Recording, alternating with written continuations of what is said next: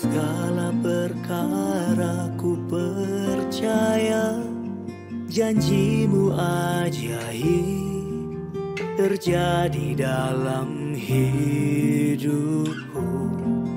Dalam setiap langkahku ku percaya Kau tak tinggalkanku dan beri kemenangan.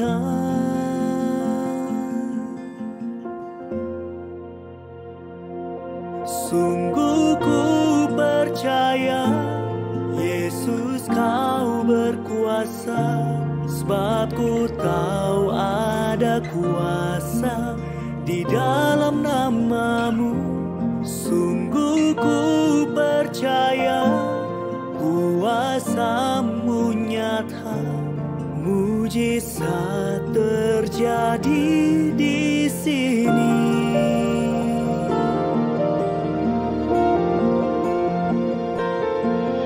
Dalam segala perkara ku percaya janji-Mu ajaib terjadi dalam hidupku.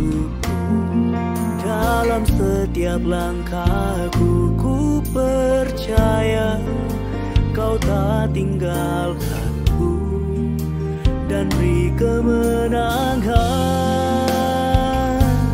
Sungguh ku percaya Yesus Kau berkuasa, sebab ku tahu ada kuasa di dalam nama-Mu.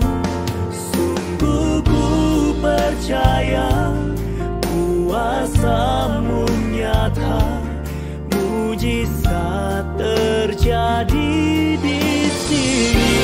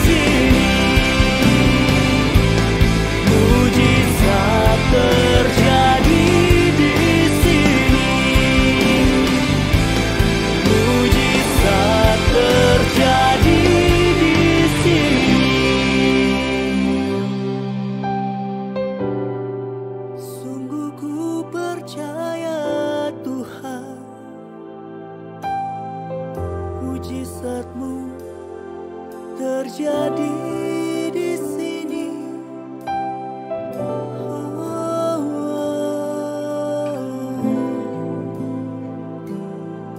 Kami percaya Yesus.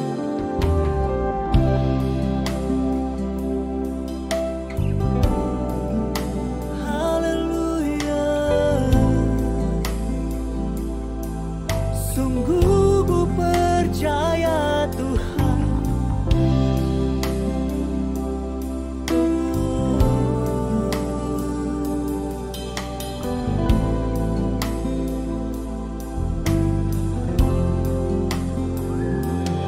Sungguh ku percaya Yesus Kau berkuasa, sebab ku tahu ada kuasa di dalam nama-Mu.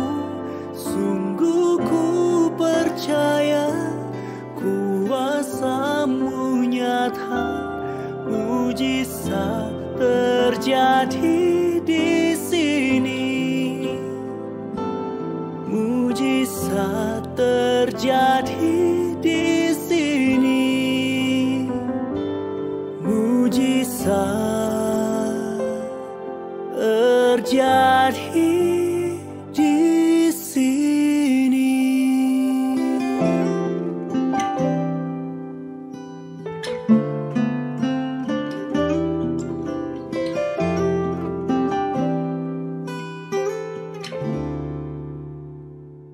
Shalom Bapak Ibu, Saudara-saudari sekalian. Bertemu lagi kita pada kesempatan kali ini di tengah minggu. Senang bisa bertemu Bapak Ibu, Saudara-saudari sekalian. Sebelum kita mendengarkan sebagian dari firman Tuhan, mari kita satukan hati dulu. Kita bersama-sama berdoa.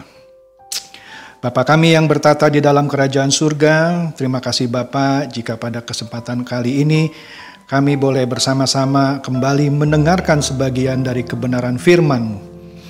Biarlah apa yang akan disampaikan oleh hamba-Mu ini adalah isi hati-Mu saja.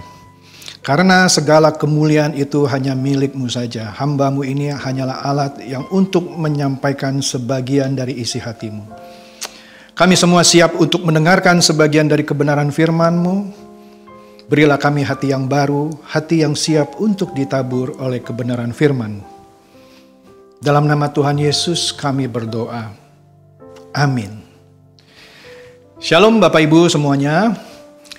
Di dalam kebaktian kita sering melihat atau mungkin mendengarkan kesaksian-kesaksian yang disampaikan oleh beberapa jemaat misalnya. Dia bersaksi mengenai pertolongan Tuhan, mujizat yang dia terima atas masalahnya, misalnya atas sakit penyakitnya, atas masalah bisnisnya, karirnya, dan segala macam. Dikatakan di sana, jika hal ini bisa terjadi atas saya, maka ini juga bisa terjadi atas Anda semua. Biasanya jemaat menyambut dengan kata-kata amin, haleluya.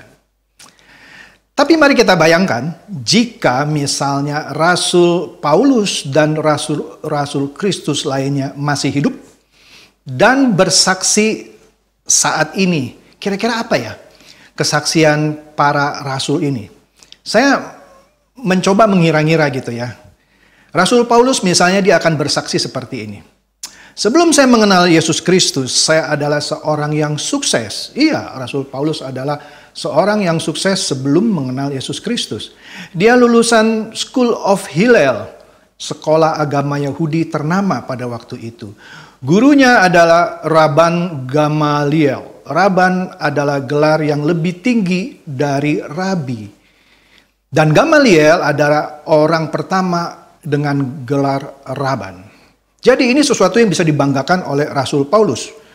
Dan dia juga mungkin akan bersaksi lagi, saya juga pemimpin agama Yahudi dan terhormat. Tetapi dalam perjalanan saya ke Damsyik, yang sekarang namanya Damaskus, saya bertemu dengan Yesus. Hidup saya berubah 180 derajat. Saya jadi menderita secara fisik. Kadang kelaparan, kadang kedinginan, kadang kepanasan. Saya ditolak oleh orang-orang saya sebangsa. Mereka memburu saya seperti hewan. Saya dimasukkan ke dalam penjara. Kapal yang saya tumpangi pecah dihantam ombak, dipatuk ular berbisa, dan juga saya punya penyakit yang tak sembuh-sembuh dan lain sebagainya. Saya harus jadi tukang pembuat tenda untuk membiayai pelayanan saya. Jika hal ini terjadi kepada saya, maka hal ini juga bisa terjadi kepada saudara-saudara. Perlu dicatat, Rasul Paulus akhirnya mati dengan kepala dipenggal oleh Kaisar Nero di Roma. Kira-kira kalau Bapak Ibu, para jemaat mendengarkan kesaksian Rasul Paulus seperti ini, apakah Bapak Ibu, saudara-saudari mau menyambut dengan amin dan haleluya? Saya yakin kesaksian seperti ini justru akan menimbulkan ketakutan dan pasti Bapak Ibu terdiam. Dan kalau bisa hal seperti ini dihindarkan kan dari kita semua. Yalah itu untuk Rasul Paulus aja, jangan untuk saya gitu kan. Kemudian kalau Rasul Petrus, kira-kira apa sih kalau dia bersaksi gitu ya, diberikan kesempatan. Dia akan bilang, Tuhan Yesus sudah pernah mengatakan kepada saya bahwa di masa tua akhir hidup saya akan mati dengan cara tidak wajar. Di mana saya tidak berdaya di bawah orang untuk menghukum saya. Jika hal ini terjadi atas saya, maka ini juga bisa terjadi atas saudara-saudara semua. Kita tahu Petrus akhirnya mati dengan disalib terbalik. Kira-kira jemaat yang mendengar kesaksian Rasul Petrus ini bagaimana ya? Apakah menyambut dengan amin dan haleluya? saya yakin pasti akan duduk terdiam, takut, dan bertanya-tanya, apa iya saya akan seperti Rasul Petrus ya? Semoga tidak gitu ya. Padahal tadi kalau ketika mendengar kesaksian yang enak gitu ya, disambut dengan amin dan haleluya. Tapi kalau ada kesaksian seperti ini, mungkin responnya akan lain. Dan kita juga mencatat rasul-rasul yang lain, seperti Matius yang meninggal karena disiksa dan dibunuh dengan pedang di Ethiopia. Markus meninggal dunia di Alexandria, Mesir setelah badannya diseret hidup-hidup dengan kuda melalui jalan-jalan yang penuh batu sampai dia menemukan ajalnya. Lukas meninggal dunia digantung di Yunani. Yohanes digoreng di dalam bak minyak mendidih di Roma. Tetapi karena Tuhan masih ingin memakainya, maka keajaiban terjadi walaupun ia telah digoreng hidup-hidup. Ia masih bisa hidup terus, tetapi ia diasingkan di Pulau Patmos untuk kerja paksa di tambang. Pada saat ia berada di sana, ia mendapatkan pewahyuan sehingga ia bisa menulis kitab Wahyu. Dan masih banyak lagi kesaksian-kesaksian dari murid-murid Yesus yang intinya mereka seperti ditinggalkan oleh Yesus. Sepertinya mereka dibiarkan menjadi pecundang. Tidak ada mujizat yang luar biasa yang menyelamatkan mereka di detik-detik terakhir ketika mereka dianiaya hingga mati. Ya kan? Nah, oleh karena itu, mari kita pahami mengenai mujizat yang biasanya orang mengkaitkannya dengan sesuatu yang luar biasa, yang sesuatu yang enak gitu ya buat orang Kristen. Oh, orang Kristen hidupnya penuh mujizat gitu ya. Padahal dia lupa. Para rasul itu justru di menit-menit terakhir kehidupannya tidak mengalami mujizat. Seperti diluputkan dari hukuman dan seterusnya. Tidak terjadi. Nah, mari kita lihat lebih detail lagi. Apa itu yang sebenarnya mujizat? Mujizat, kalau kita lihat dalam bahasa aslinya, yaitu bahasa Yunani, adalah semeon. Adalah tanda bagi orang yang tidak percaya bahwa Yesus itu Tuhan. Nah, mujizat ini justru biasanya mudah dialami oleh orang yang tidak beriman ketimbang orang yang beriman. Betul. Mengalami mujizat, Alkitab mencatat tidak diperlukan iman. Walaupun ada juga beberapa ayat yang mencatat bahwa Anda harus beriman supaya terjadi mujizat. Tetapi Alkitab juga mencatat Anda tidak perlu iman untuk mendapatkan mujizat itu. Ambil contoh. Pengemis yang lumpuh di Kisah Para Rasul 3 ayat 1-10 kalau Anda baca, dia tidak memiliki iman. Tapi dia disembuhkan oleh Petrus. Meski ia sebenarnya hanya minta sedekah. Dia minta sedekah tapi justru disembuhkan. Padahal yang dia minta uang lah gitu ya. Jadi kalau Anda tidak kunjung mendapatkan mujizat misalnya, dan orang-orang menghakimi Anda sebagai orang yang kurang iman karena Anda tidak dapat mujizat itu ya, pasti penghakiman itu salah alamat atau ngaco. Karena orang yang tidak beriman pun ternyata bisa mendapatkan mujizat. Kemudian, orang yang beriman belum tentu mengalami mujizat. Lah kok bisa Pak? Lo bisa. Betul, perjanjian lama banyak memberikan contoh bagaimana orang yang beriman mendapat mujizat pemeliharaan Allah dari mara bahaya, seperti contohnya Daniel, Mesak, Sadrak, dan Abednego. Tetapi ternyata iman bukanlah dasar terjadinya mujizat. Kenapa? Kalau iman menjadi dasar terjadinya mujizat, bagaimana contoh-contoh awal tadi yang saya sebutkan? Dengan rasul-rasul yang imannya begitu hebat tetapi tidak ditolong Tuhan. Dengan kata lain, di menit-menit terakhirnya dia tidak mengalami mujizat. Bahkan sampai mati mengenaskan. Paulus pun tidak disembuhkan dari duri di dalam dagingnya. Ya kan? Dengan kata lain, orang yang sudah percaya Yesus adalah Tuhan dan juru selamatnya sebenarnya tidak perlu tanda lagi. Ini bukan berarti saya membicarakan mujizat itu tidak perlu lagi dalam kehidupan orang percaya. Mujizat itu masih ada, tetapi mujizat itu menjadi sesuatu yang tidak terlalu penting dan bukan menjadi satu-satunya yang harus diburu oleh orang-orang Kristen. Inilah mengapa para rasul tidak mengeluh atau malah menjadi murtad ketika mujizat penyelamatan atas diri mereka tidak kunjung datang, hingga maut menjemput mereka. Nah, disinilah kehendak Allah yang jadi, bukan kehendak kita. Kalau kita ingat itu, kita ingat juga doa Bapa kami, biarlah kehendak Tuhan yang jadi. Oke? Kemudian nomor 3, mujizat tidak menyelamatkan. Kenapa? Karena begini, mujizat memang kadang diperlukan untuk meyakinkan dan membuka mata orang bahwa Yesus adalah Tuhan. Tapi sayangnya setelah mujizat itu terjadi, yang seharusnya membuat orang lebih mengenal dan menerima Yesus, tetapi itu tidak membuat orang itu otomatis diselamatkan. Kita ambil contoh di sini ya, di ayat Alkitab juga ada kisah tentang mujizat yang tidak menyelamatkan.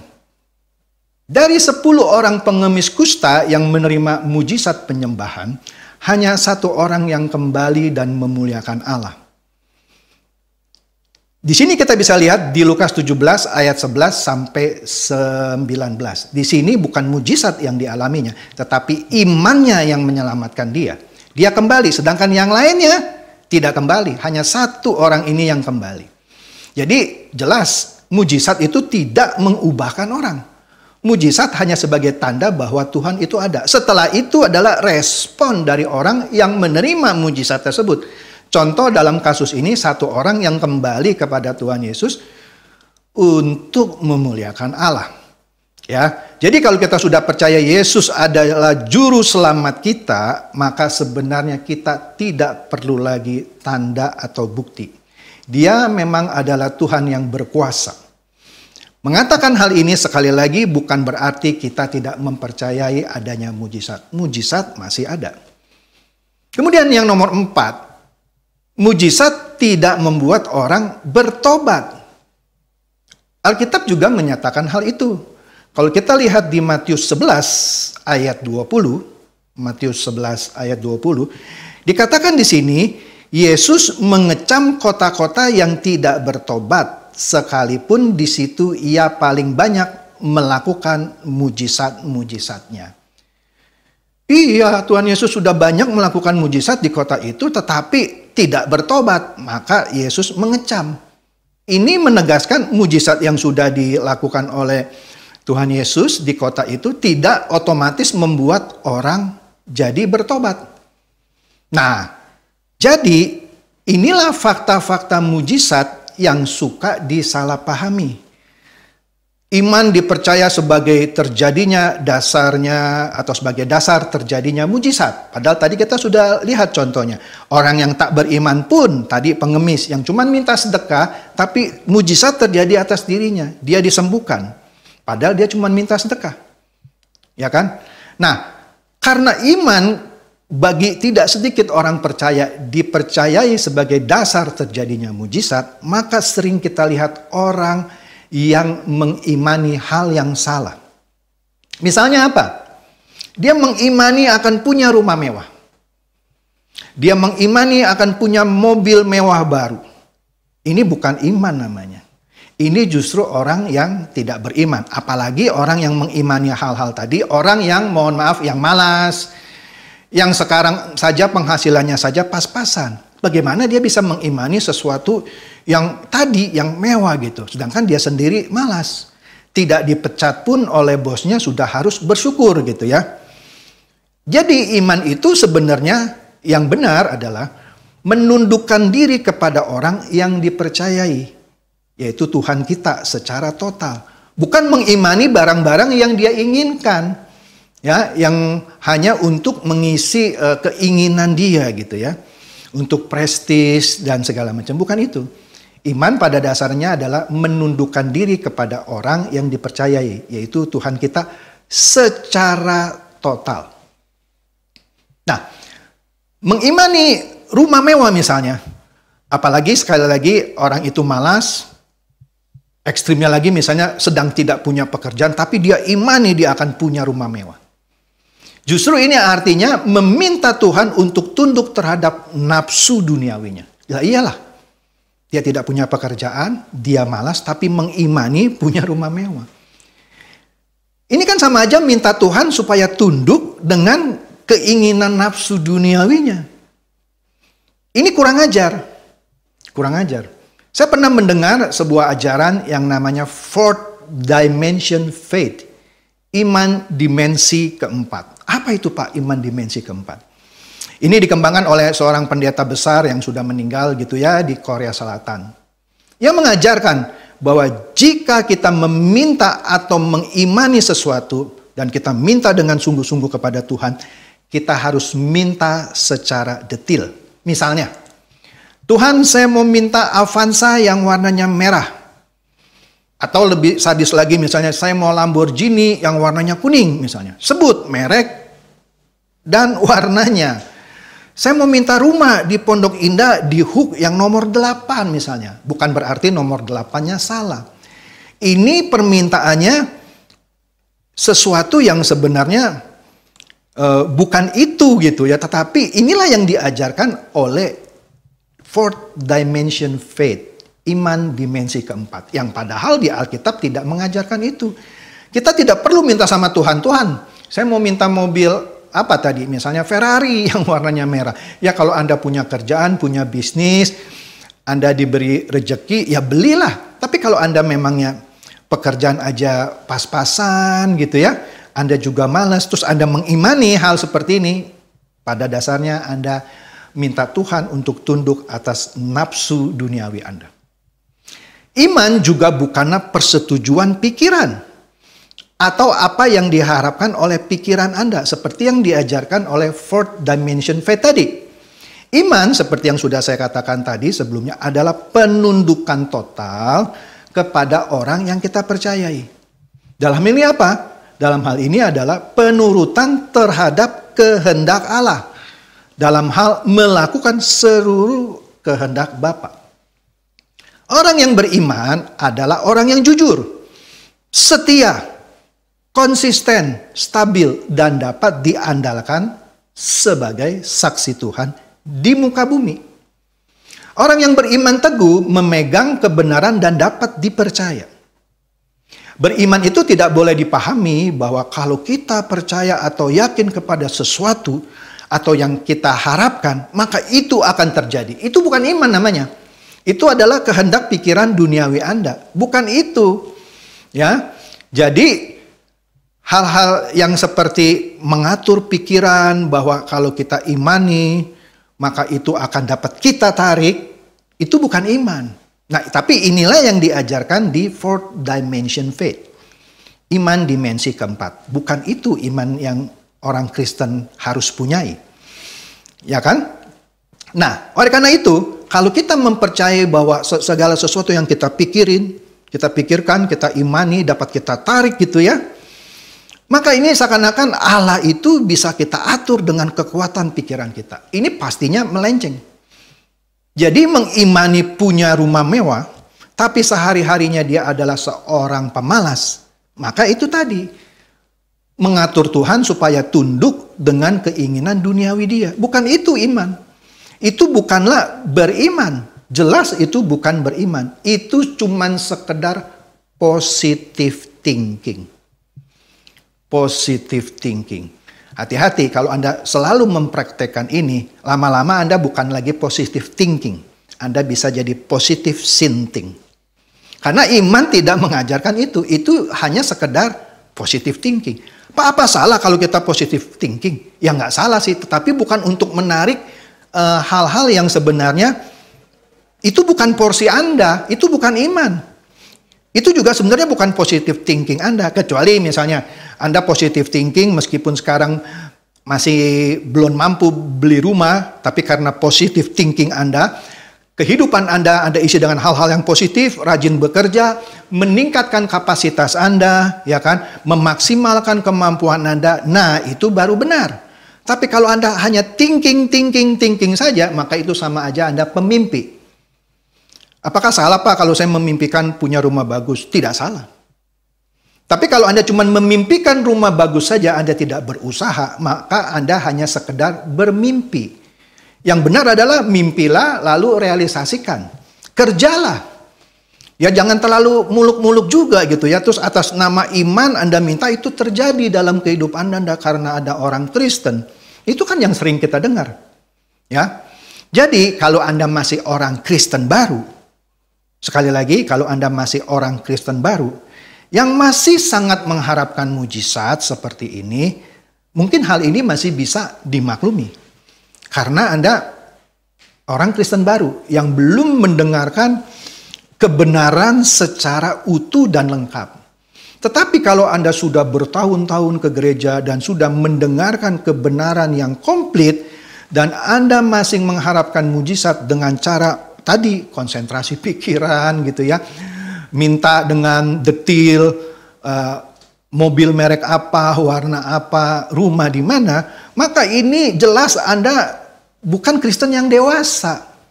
Meskipun Anda sudah bertahun-tahun ke gereja. Kenapa hal ini bisa terjadi? Ya pasti bisa. Karena mungkin selama bertahun-tahun atau puluhan tahun dia ke gereja, dia tidak pernah mendengarkan kebenaran Injil yang murni. Hari-harinya hanya diisi dengan pemberitaan firman yang juga tidak tepat atau melenceng. Seperti tadi, fourth dimension faith yang banyak sekali waktu itu diyakini oleh orang. Oke? Bahayanya adalah ketika Anda mempercaya hal-hal seperti fourth dimension faith misalnya, ketika apa yang Anda imani tidak terjadi dalam kehidupan Anda, maka Anda akan dengan mudahnya kemudian menyalahkan Tuhan. Tuhan, saya sudah beriman, saya sudah datang ke gereja, saya sudah memberikan persembahan, persepuluhan, buah sulung dan lain-lain. Tetapi kok yang saya imani tidak kunjung terjadi. Nah, ini bahayanya jika Anda mendengarkan sesuatu yang tidak tepat. Jadi Anda bisa punya potensi bisa meninggalkan Tuhan. Karena apa yang Anda imani tidak terjadi. Ini tentu akan menimbulkan kekecewaan kepada Anda yang mungkin selama ini mempraktekkan apa yang namanya fourth dimension faith tadi. Itu bukan iman yang sesungguhnya. Itu bukan iman yang sesungguhnya. Jadi dengan kata lain, orang Kristen yang sudah dewasa dalam hal ini, yang sudah ikut Tuhan lama, yang sering mendengarkan firman, tapi masih seperti itu, maka ia sebenarnya tidak mengerti kehendak Allah. Orang yang dikenal Allah bukanlah orang yang mengalami atau melakukan mujizat. Orang yang dikenal Allah adalah orang yang melakukan kehendak Bapa. Bukan hanya orang yang pernah mengalami mujizat. Jadi kalau Anda pun misalnya sewaktu-waktu mengalami mujizat, itu bukan tanda bahwa Anda dikenal Allah loh. Ya. Seperti tadi kita sudah lihat contoh-contoh Tuhan malah mengecam kota yang dimana dia banyak melakukan mujizat. Karena setelah mujizat dilakukan di kota itu tidak juga kunjung terjadi pertobatan. Jadi yang benar adalah bukan ukurannya bahwa orang yang sering mengalami mujizat itu yang dikenal Allah. Yang dikenal Allah adalah orang yang melakukan kehendak Bapa. Dan orang yang terus berusaha terus mengerti kehendak Allah atas dirinya dan tidak memaksa terjadinya mujizat atas dirinya. Itulah orang-orang Kristen yang dewasa. Nah, jadi jika Anda masih misalnya berdoa minta mujizat A, B atau C terjadi atas diri Anda, ada baiknya Anda memeriksa diri Anda. Apakah yang Anda gumuli itu sesuatu yang benar atau tidak? Saya ambil contoh. Ketika seseorang misalnya terlibat hutang misalnya. Biasanya dia minta pendeta untuk mendoakan dia supaya terlepas dari hutang. Yang mana sebenarnya bukan hanya terlepas dari hutang, dia harus memikirkan bagaimana caranya dia bisa lepas dari hutangnya. Bukan minta pertolongan Tuhan seakan-akan gitu ya. Ada kemasukan uang ratusan juta ke rekeningnya sehingga dia bisa menyelesaikan hutang piutangnya. Bukan itu. Yang benar adalah dia harus mengoreksi dirinya. Dia koreksi apa yang salah. Oh mungkin pengeluarannya lebih banyak daripada pemasukannya. Sehingga dia boros hutang sana, gesek kartu kredit. Sehingga hutangnya makin lama makin menumpuk. dan dia dikejar-kejar oleh debt collector. Meminta Tuhan untuk menyelesaikan hutang, meminta mujizat supaya masalah hutang itu diselesaikan oleh Tuhan, itu justru menunjukkan orang yang minta mujizat ini orang yang tidak bertanggung jawab. Karena masalah dia yang buat, tapi minta Tuhan yang selesaikan. Begitu juga orang yang minta mujizat supaya dia lulus dari ujian akhir gitu. Padahal sehari-hari ujian atau ulangannya dapatnya 5, 6 gitu ya. Kalau itu mah tidak perlu berdoa supaya Tuhan untuk meluluskan dia, supaya terjadi mujizat. Yang dia perlu adalah rajin belajar, bertanggung jawab sebagai orang Kristen. Nah, salah satu ciri orang beriman ya hidup bertanggung jawab, menuruti semua kehendak Bapa, hidup maksimal, dan seterusnya lah, gitu ya. Nah, kemudian mujizat itu tidak boleh dianggap lebih permanen atau lebih penting dari maksud Allah dalam mengubah karakter manusia untuk menjadi segambar dan serupa dengan dirinya. Jadi mujizat itu Anda tidak boleh menganggap itulah yang paling penting dalam kehidupan orang Kristen. Itulah yang paling penting. Bukan. Tadi sudah kita lihat kan, mujizat tidak menyelamatkan. Yang paling penting dalam kehidupan orang Kristen bukan mujizatnya. Yang paling penting adalah kita harus tahu maksud Allah apa dalam kehidupan kita. Misalnya, kita mendapat masalah, tadi saya ambil contoh, terlibat hutang yang cukup besar. Disitulah mungkin Tuhan menggunakan masalah itu untuk kita menemukan masalah karakter kita yang salah apa misalnya. Misalnya, selama ini ternyata kita konsumtif, sehingga mudah gesek kartu kredit misalnya, beli, padahal tidak mengukur kemampuan kita untuk membayar. Sehingga kita terjerat hutang yang besar. Nah, kalau kita hanya berdoa minta Tuhan mujizat untuk menyelesaikan masalah hutang kartu kredit kita, maka ini kita tidak akan berubah gitu. Misal dah, Tuhan melakukan keajaiban, dilunaskan tagihan kartu kredit Anda. Apakah itu akan merubah karakter Anda? Tentunya tidak. Anda akan mengulangi lagi. Dengan harapan nanti Tuhan akan melakukan mujizat yang sama ketika Anda terlibat dalam hutang lagi. Nah, kalau Anda terus-menerus mengharapkan mujizat seperti ini, maka pada dasarnya Anda hidup tidak bertanggung jawab. Karena semuanya Anda serahkan kepada Tuhan agar Tuhan melakukannya mujizat yang luar biasa. Anda harus ingat, Tuhan itu bukan pesuruh Anda. Ya tidak salah sih kalau kita berdoa minta Tuhan tunjukkan, lakukan mujizat atas masalah yang kita hadapi. Selama kita sudah melakukan hal yang maksimal untuk masalah yang kita hadapi, tetapi kita sudah tidak tahu caranya lagi bagaimana. Baru kita serahkan kepada Tuhan. Saya ambil contoh yang paling ekstrim lah. Ketika Anda sakit kepala, tidak ada salahnya Anda berdoa. Tapi kalau Anda minta mujizat Tuhan untuk hilangkan sakit kepala Anda, menurut saya, Anda sebenarnya menempatkan Tuhan Anda di posisi yang paling bawah. Masa soal sakit kepala Anda minta mujizat disembuhkan gitu ya. Anda minum aja obat sakit kepala. Bukan promosi ya, misalnya Panadol. Untuk menyembuhkan sakit kepala Anda. Ketimbang Anda minta mujizat Tuhan untuk hanya hal yang sepele.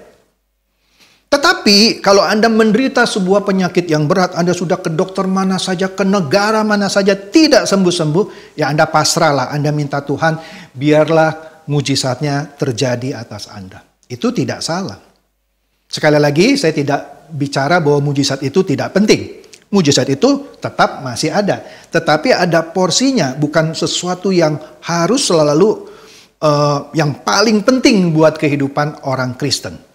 Jadi, kalau orang yang sudah dewasa rohani, maka mujizat itu menjadi tidak terlalu penting.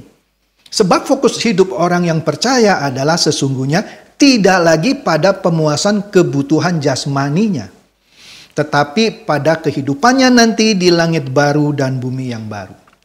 Oleh sebab itu, Yesus pernah melarang murid-muridnya memberitahu mujizat membangkitkan orang mati kepada umum, Pada waktu itu tujuannya apa? Supaya kedatangan Yesus ke muka bumi ini tidak disalahpahami. Jadi dengan kata lain, mujizat itu juga bukan untuk didemonstrasikan secara demonstratif gitu ya. Untuk bilang, ini loh Tuhan saya maha besar. Tanpa disuruh itu pun Tuhan kita memang sudah maha besar. Jadi terutama yang harus kita tetap percayai ialah Tuhan tidak akan pernah membiarkan kita dicobai melampaui kekuatan kita. Sekali lagi, yang terutama yang harus tetap kita percayai ialah bahwa Tuhan tidak akan pernah membiarkan kita dicobai melampaui kekuatan kita. Maksudnya apa? Pada waktu kita dicobai, Ia akan memberikan kita jalan keluar sehingga kita dapat menanggungnya. Anda bisa lihat itu di 1 Korintus 10 ayat 13. Jelas di situ Tuhan tidak akan memberikan pencobaan yang melampaui kekuatan kita. Dan dikatakan juga di Roma 8 ayat 28, ayat yang sebenarnya adalah Allah bekerja. Sebenarnya kata turutnya harusnya tidak ada di sana, tapi kita sudah terbiasa dengan Allah turut bekerja dalam segala sesuatu untuk mendatangkan kebaikan bagi mereka yang mengasihi Dia. Yaitu bagi mereka yang terpanggil sesuai dengan rencana Allah. Maksudnya apa ini? Maksudnya adalah di dalam segala hal. Misalnya kita menghadapi masalah. Di situ juga Allah bekerja. Dari masalah yang kita diizinkan untuk melewatinya, sebenarnya itu juga untuk mendatangkan kebaikan bagi kita. Lah kok bisa Pak? Ya bisa. Misalnya tadi kita menghadapi masalah terikat hutang misalnya kartu kredit. Nah Allah bekerja untuk mendatangkan kebaikan. Kebaikan apa Pak? Iya supaya kita belajar. Oh ada karakter kita yang masih rusak. Yang masih konsumtif. Tidak bisa mengatur uang dengan benar. Nah di situ Allah bekerja untuk memperbaiki karakter kita yang rusak. Ya. Selama kita benar-benar mengerti dan benar-benar kita terpanggil untuk mengasihi Allah. Kalau kita tidak sungguh-sungguh mengasihi Allah, semuanya kita serahkan ke Allah, minta mujizat untuk segala masalah kita, maka sebenarnya kita tidak mengerti rencana Allah melalui masalah yang kita hadapi.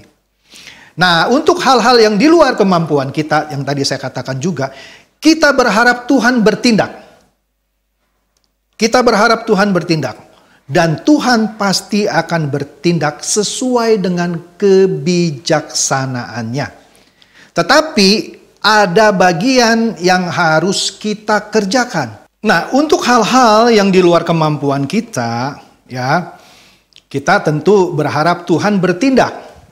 Dan pastinya kalau kita sudah melakukan hal-hal yang sudah maksimal, dan kita sudah tidak tahu lagi apa yang harus kita lakukan. Seperti kita menghadapi sakit penyakit, kita sudah berobat kemana-mana, tetapi tidak kunjung sembuh. Ya kita berdoalah minta Tuhan bertindak. Pasti Tuhan bertindak, tetapi sesuai dengan kebijaksanaannya ya. Bukan kebijaksanaan kita. Dia pasti akan memberikan yang terbaik. Tetapi untuk semua itu, untuk hal-hal yang menjadi bagian kita, haruslah tetap kita lakukan secara penuh tanggung jawab. Kitalah yang harus mengerjakan bagian itu. Bukan semuanya kita serahkan kepada Tuhan. Demi nama Tuhan Yesus, kuserahkan masalahnya kepada Tuhan. Bukan itu. Ada bagian yang harus kita lakukan. Nah, ada bagian yang tidak bisa kita lakukan, kita serahkan kepada Tuhan. Disitulah kita masih boleh mengharapkan mujizat. Ya, mujizat itu memang masih ada dan memang dibutuhkan dalam waktu yang tepat. Ya kan?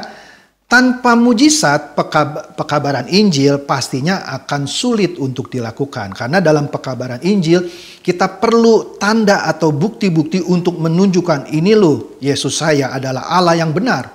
Bagi orang yang belum percaya. Kenapa? Karena mereka membutuhkan bukti. Disitulah mujizat terjadi. Ya, yang ditujukan kepada orang-orang yang tidak percaya untuk supaya percaya. Nah, jadi kita harus benar-benar mempersoalkan dan menggumuli. Apakah mujizat yang kita minta melalui doa-doa kita itu sesuai dengan kehendak atau rencana Bapa tidak? Bila sesuai, maka permintaan kita pasti akan dikabulkan oleh Bapa. Sekali lagi, kalau permintaan kita sesuai dengan kehendak Bapa, maka itu pasti akan dikabulkan oleh Bapa. Allah tidak akan mengabulkan doa kita jika permintaan kita bertentangan dengan kehendak dan rencananya. Contoh, ini ekstrim ya, tapi ya mau gak mau saya harus memberikan contoh yang ekstrim ini supaya Anda nancep gitu ya. Misalnya, Anda sudah beristri atau sudah bersuami, tapi melihat lawan jenis lain gitu ya, yang cantik gitu atau ganteng gitu ya.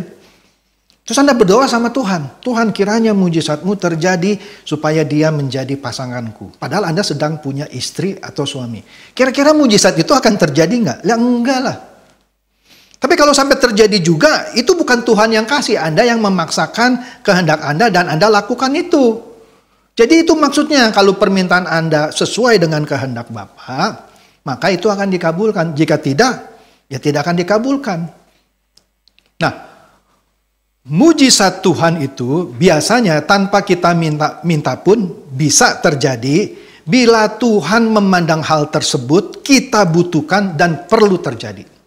Sekali lagi, mujizat Tuhan bisa terjadi tanpa kita minta pun bila Tuhan memandang hal tersebut kita butuhkan dan perlu terjadi. Sekali lagi, mujizat masih ada, tetapi bukan berarti kita dapat menggunakan mujizat itu sesuai hati kita. Kita pun tidak perlu kecewa atau bahkan undur dari Tuhan jika misalnya pergumulan kita tidak segera dijawab Tuhan. Atau problem-problem kehidupan kita tidak otomatis selesai dengan mudahnya. Kita harus melihat contoh Rasul Paulus. Duri dalam daging Rasul Paulus tidak dilenyapkan. Hal ini untuk apa? Hal ini misalnya dimaksudkan agar Paulus tidak sombong dan tinggi hati. Nah, sebagai gantinya Tuhan memberikan kesanggupan bagi Paulus untuk hidup dengan duri dalam dagingnya itu. Walaupun tidak menyenangkan, duri dalam daging itu justru mendatangkan kebaikan. Yaitu supaya Paulus tidak sombong.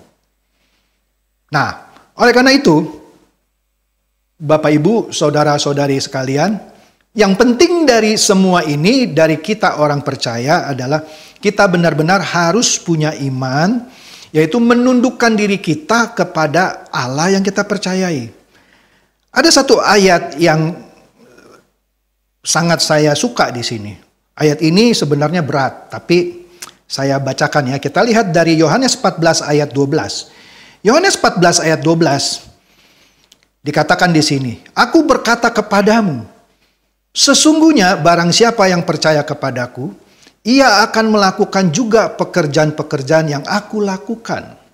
Bahkan pekerjaan-pekerjaan yang lebih besar daripada itu. Sebab aku pergi kepada Bapa." Nah, di sini yang menarik katanya adalah, barang siapa yang percaya kepada aku. Sebelumnya dari ayat ini, sebelum Yohanes 14 ayat 12 ada ayat favorit orang Kristen lah. Anak sekolah minggu pun hafal, yaitu Yohanes 3 ayat 16. Barang siapa yang percaya tidak akan binasa. Begitu kan ayatnya kira-kira? Seakan-akan ayat itu melegitimasi kalau orang sudah percaya sama Tuhan Yesus, dia masuk surga begitu ya. Itu iman saya percaya bahwa saya masuk surga karena saya percaya. Ketika ditanya, percaya itu apa? Ya pokoknya saya percaya. Apa? Percaya, yakin. Padahal ayat Yohanes 14, tadi ayat 12, Yohanes 14 ayat 12 mengatakan, "Aku berkata kepadamu, sesungguhnya barang siapa percaya kepadaku." Tadi kan Yohanes 3 ayat 16, barang siapa yang percaya. Di sini ditegaskan, ia akan melakukan juga pekerjaan-pekerjaan yang aku lakukan. Artinya, kalau Anda mengaku orang yang percaya, maka Anda harus juga melakukan hal-hal yang Yesus lakukan. Baru Anda bisa disebut orang yang percaya. Kalau percaya Anda benar, maka iman Anda juga pasti benar. Biasanya iman-iman yang kurang tepat atau melenceng gitu ya, karena percayanya itu juga nggak tepat. Ketika ditanya, percaya itu apa? Ya yakin. Yakin, saya yakin dia Tuhan saya. Maksudnya apa? Ya yakin saya akan masuk surga gitu ya. Nah, sehingga karena percayanya hanya di level sana, maka imannya itu juga bukan iman yang benar. Tapi dia percayanya salah, imannya salah, tapi mengharapkan mujizat gitu ya. Nah, ini kan sesuatu yang aneh gitu ya, yang tidak tepat. Oleh karena itu, percaya yang benar adalah tadi melakukan pekerjaan yang juga Tuhan lakukan. Bahkan dikatakan hal-hal yang lebih besar nantinya. Maksudnya apa? Kalau Tuhan misalnya mengasihi musuh, ya kita juga harus mengasihi musuh, mengampuni musuh, dan banyak hal lah. Kalau Tuhan tidak mau kita melakukan hal-hal yang jahat misalnya, ya kita juga sama. Kan dikatakan, dia juga melakukan pekerjaan-pekerjaan yang aku lakukan. Baru setelah demikianlah, itu adalah orang percaya. Nah, kalau orang percaya yang sungguh, maka imannya juga pasti sungguh.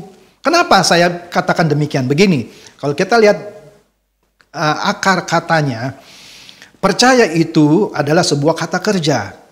Dalam bahasa Yunaninya adalah pisteo.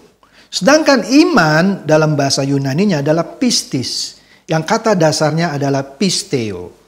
Ya, jadi sekali lagi percaya adalah kata kerja, iman kata benda.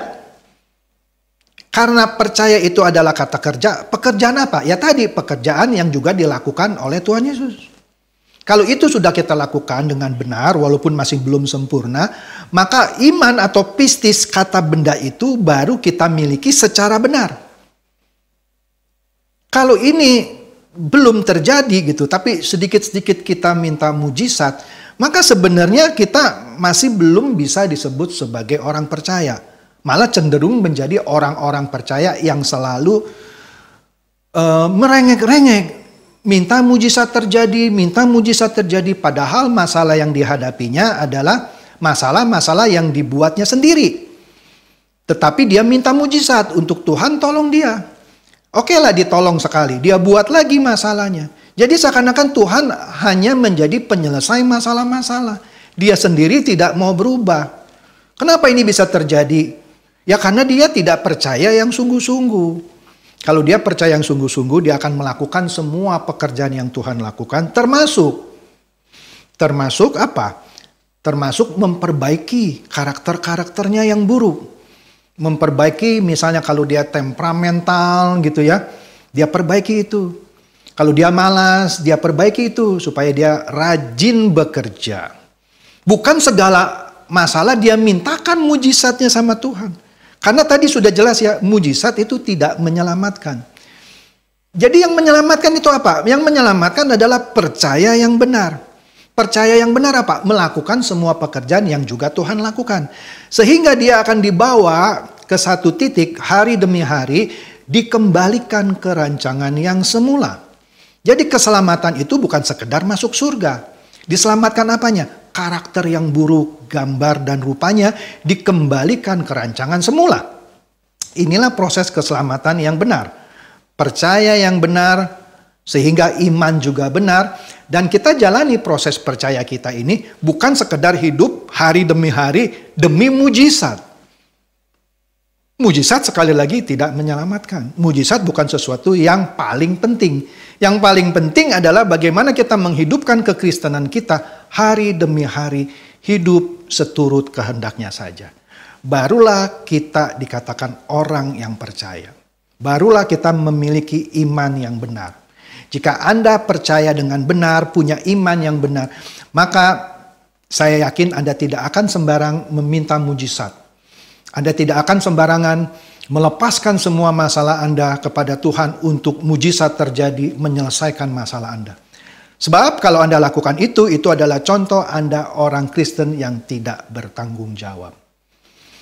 Marilah kita menjadi orang-orang Kristen yang percaya dengan sungguh sehingga kita juga punya iman yang sungguh, hidup melakukan pekerjaan-pekerjaan yang juga dilakukan oleh Yesus sehingga kita layak menjadi orang percaya. Bukan menjadi orang yang hari demi hari hidup hanya memburu mujizat. Oke, kita juga harus melakukan bagian kita, tunjukkan tanggung jawab kita. Lakukan bagian kita, biarkan Allah melakukan bagian Dia. Itu juga mujizat. Karena masalah yang Anda hadapi itu juga bisa bagian dari hal yang diizinkan Allah untuk membantu Anda memperbaiki kehidupan Anda. Kiranya sebagian dari kebenaran firman ini boleh Bapak Ibu, saudara-saudari sekalian praktekkan dalam kehidupan Bapak Ibu sekalian. Dan biarlah ini semua boleh menjadi pedoman bagi kehidupan Bapak Ibu sekalian. Saya tutup dalam doa. Bapa kami yang bertata di dalam kerajaan surga, terima kasih Bapak, kami sudah mendengarkan sebagian dari kebenaran firman-Mu. Biarlah kami boleh hidup lebih sungguh-sungguh lagi, menjadi orang yang benar-benar percaya, yang mau melakukan pekerjaan-pekerjaan yang juga Engkau lakukan selama Engkau masih hidup di muka bumi ini. Kami tahu bahwa jika kami selama ini selalu mengandalkan mujizat di dalam kehidupan kami tahu sekarang mujizat itu tidak menyelamatkan. Bahkan jika kami terus hidup dalam permintaan-permintaan mujizat, maka pada dasarnya kami hidup dalam kehidupan yang tidak bertanggung jawab. Kiranya Engkau boleh meteraikan sebagian kebenaran firman-Mu ini di dalam hati kami masing-masing. Biar Roh Kudus juga boleh memampukan kami untuk mempraktekkan firman-Mu ini di dalam kehidupan kami masing-masing.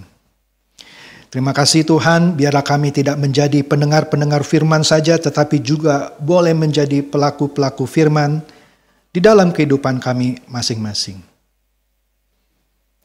Dalam nama Tuhan Yesus kami berdoa. Amin. Yang percaya hidupnya penuh dengan mujizat Tuhan, katakan amin. Sekali lagi katakan amin. Saya percaya saudara, waktu Tuhan memurnikan hati kita semua, hidup kita bukan hanya penuh dengan mujizat, tapi siapkan hati saudara untuk terima ledakan-ledakan kuasa Tuhan. Amin. So ini lagu terakhir, saya nggak mau saudara berdiam diri, saya mau saudara melompat, saya mau saudara menari, bebaskan tubuh saudara, bebaskan roh saudara, kita mau all out buat Tuhan kita. Amin. Yang siap terima ledakan Tuhan katakan amin.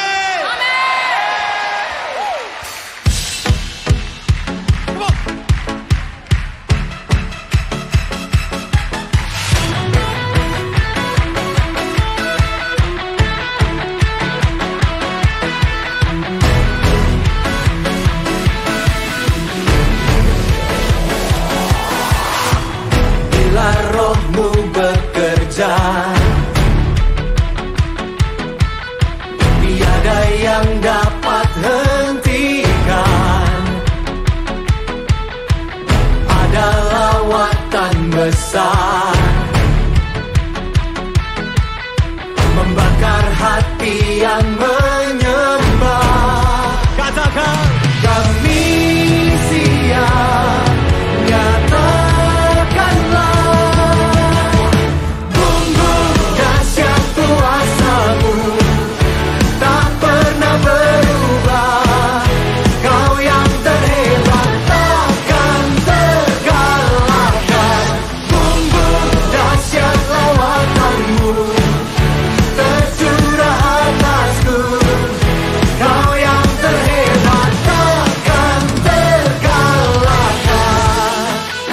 yang paling meriah bagi Tuhan kita. Roh-Mu bekerja di dalam kami. Bila Roh-Mu bekerja, tiada yang dapat hentikan. Ada lawatan besar membakar hati yang menyembah. Kami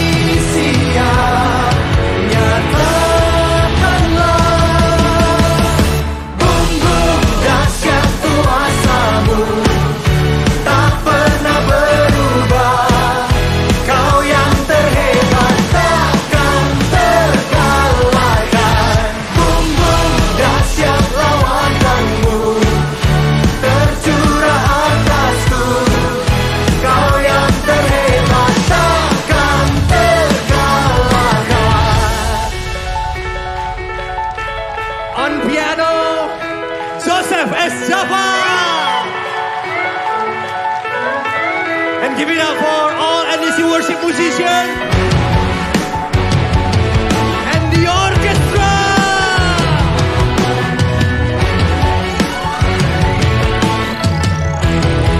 Come on. Kami siap, nyatakanlah. Kami siap, nyatakanlah.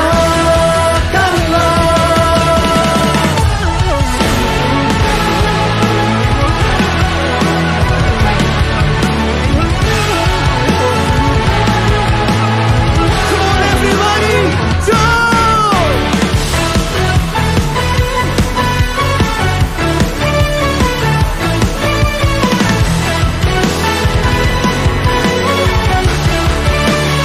Pick it up.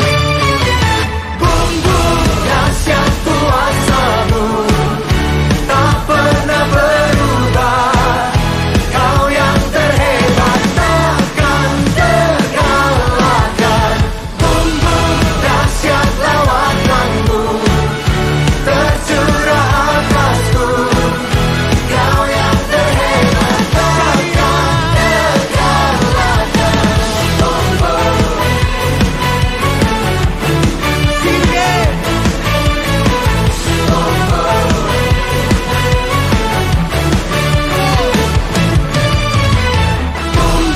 Dahsyat lawatan-Mu tercurah atasku. Kau yang terhebat takkan terkalahkan.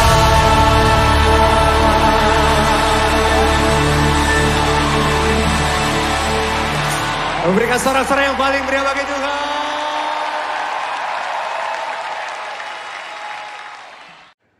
Sekarang, terimalah kasih karunia dan damai sejahtera Tuhan Yesus Kristus dan kasih Allah Bapa kita serta persekutuan Roh Kudus menyertai setiap kita sekarang, seterusnya, dan selamanya.